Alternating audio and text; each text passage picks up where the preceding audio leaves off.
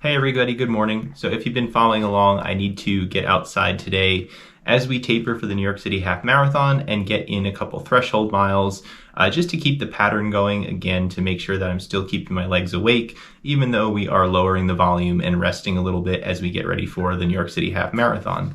I have an opportunity today to try the Nike Zoom Streakfly. This is a newer shoe from Nike. It's basically a shoe that's very similar to the Next Percent. However, it has a lower stack height. It does not have a full carbon fiber plate. It only has a small shank, as they call it.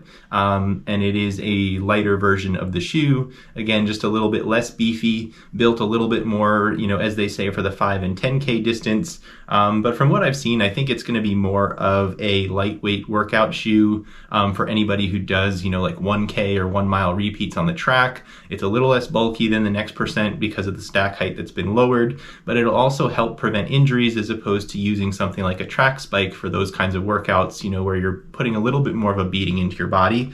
So, in my, I haven't used it yet. That's kind of my opinion of where it's going to fall, but I'm curious to see, again, as someone who's, close to 240 pounds, how this shoe works for me, what it's like for me as a runner, where it's going to fit into my rotation. So I'm excited to try that out today if we can get out on the track. Even though we have kind of a pretty looking snowfall, it's not exactly ideal for anything fast. So we'll see how clear it is out there. But nonetheless, here's just, the first look of the shoe, and I'll definitely give you my first impressions after the workout today.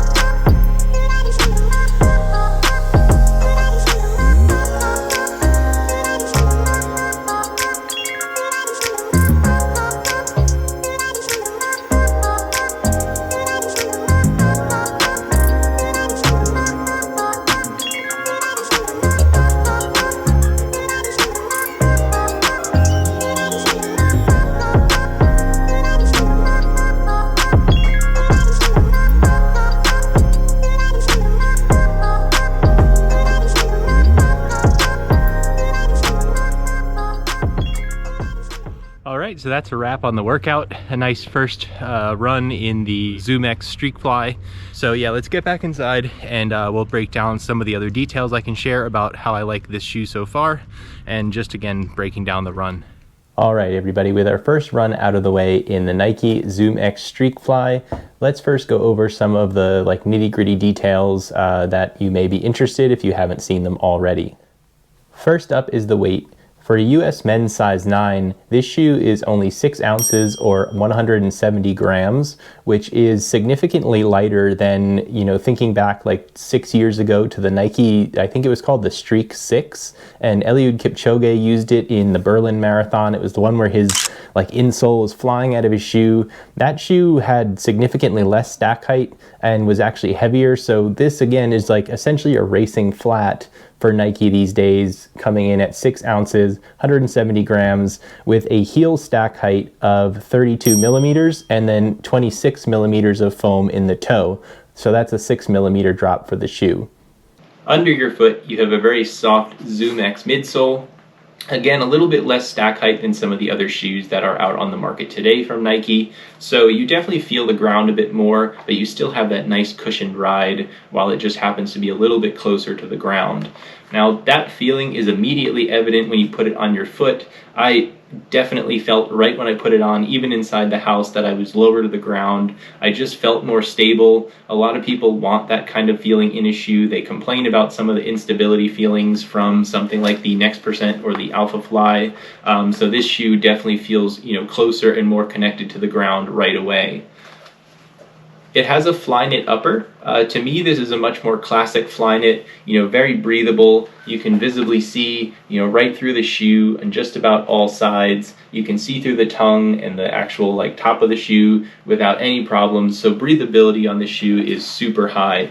It reminds me a lot of the 4% that came out a while back and kind of led the way into that super shoe category. A more classic Flyknit with a bit of stretch. It hugs your foot kind of like a sock. So it's kind of going back to this type of upper, and that's just how it feels to me, and I'm okay with that. I definitely missed the classic Flyknit. The ZoomX Invincible, I think, has a Flyknit upper, but it just doesn't feel like Flyknit. This does have a little bit of an overlay, but still feels much more like the original Flyknit that a lot of us, I think, knew and loved, and maybe missed when we went into that more plasticky feeling for the Next Percent 1 that you know, just kind of was the next iteration after this particular Flyknit. As far as the outsole, it's very similar to the Alpha Fly. So if we look at these two side by side, you can see there's obviously a cutout in the Alpha Fly. That's just because it has the airbag or the air unit things that they have in your forefoot, where again, this is just 100% ZoomX foam. It does have a shank somewhere in here in the midsole, but it's very small. You can feel and see how flexible this shoe truly is. I can fold the toe over completely. There's just no carbon fiber or anything like that up in the front of the shoe, and the same goes for the back as well. It's just super squishy, super soft. You can even kind of fold it over on itself like that in the back. So it's a very loosey, you know, neutral midsole overall, and you feel that 100% when you start running on it, particularly on the road.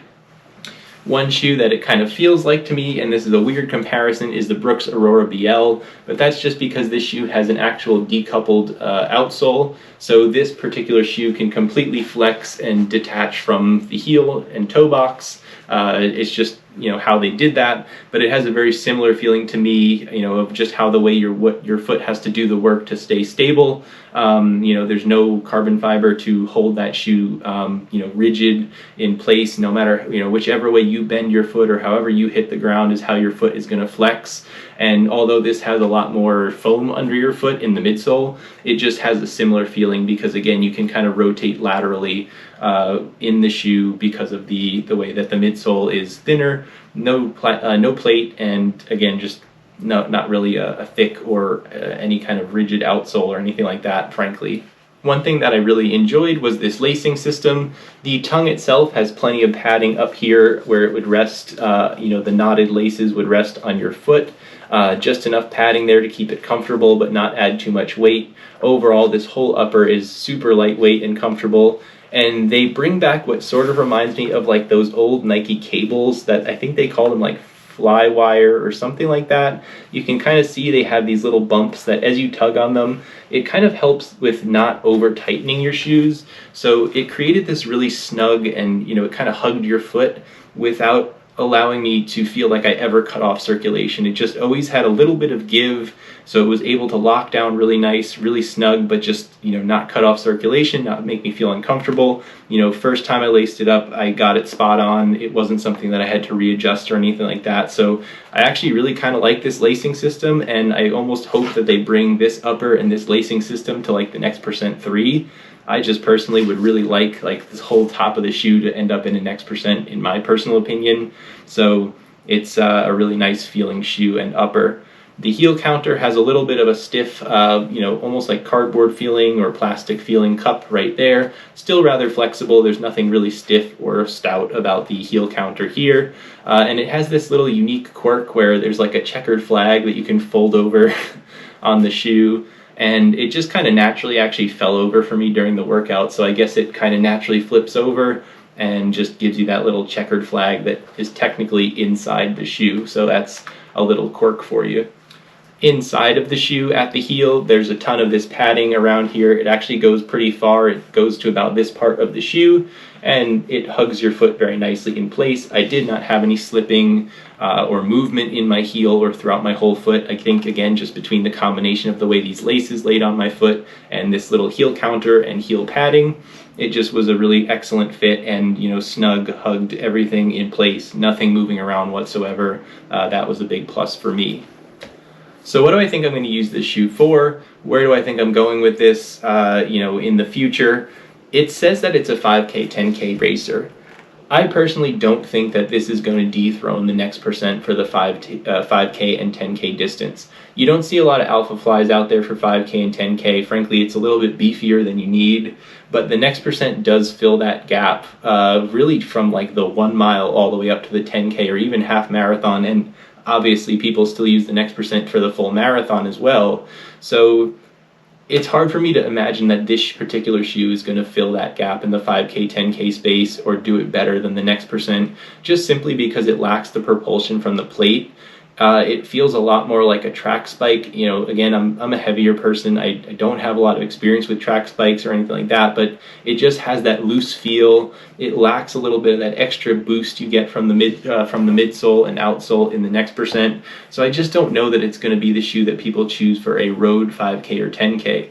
You also feel the ground significantly more. Anytime I went over some rough patches of concrete or cracks in the road, I definitely felt them a lot more in this shoe because there's no, carbon fiber plate that, blocks the ground feel, which a lot of people may like. I'm not, discounting that some people may like that road feel. And I also certainly am not discounting that this shoe may be the right one for people if you like being lower to the ground and like really doing a lot of that work yourself while still getting the benefit of a super soft ZoomX midsole and a little bit of propulsion, again, just because of the energy return of ZoomX foam. So it slots into a place where it's going to be a specialized shoe as far as I think 5K and 10K road races. I don't think the average person is going to want this shoe over the Next Percent when they go out for their road races, whether they be 5 or 10K. But at the same time, it's also about $100 less. So if you're looking for a more budget 5K or 10K, you don't care so much about it, that extra cushion or the carbon fiber full plate, then this still may be an option for you. For me personally, I think this shoe fits in really well as a track workout shoe. Now, it could work also like for road sessions where you're doing like 200 or 400 meter repeats on the roads. I used to do that all the time in Central Park. You just find a nice stretch of ground and you go and do your repeats or your threshold miles, things like that.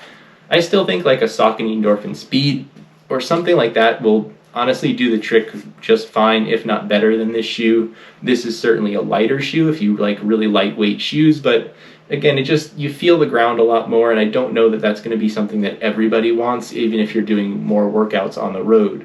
But when it comes to workouts on the track, you really don't need to worry so much about padding or protection under your foot.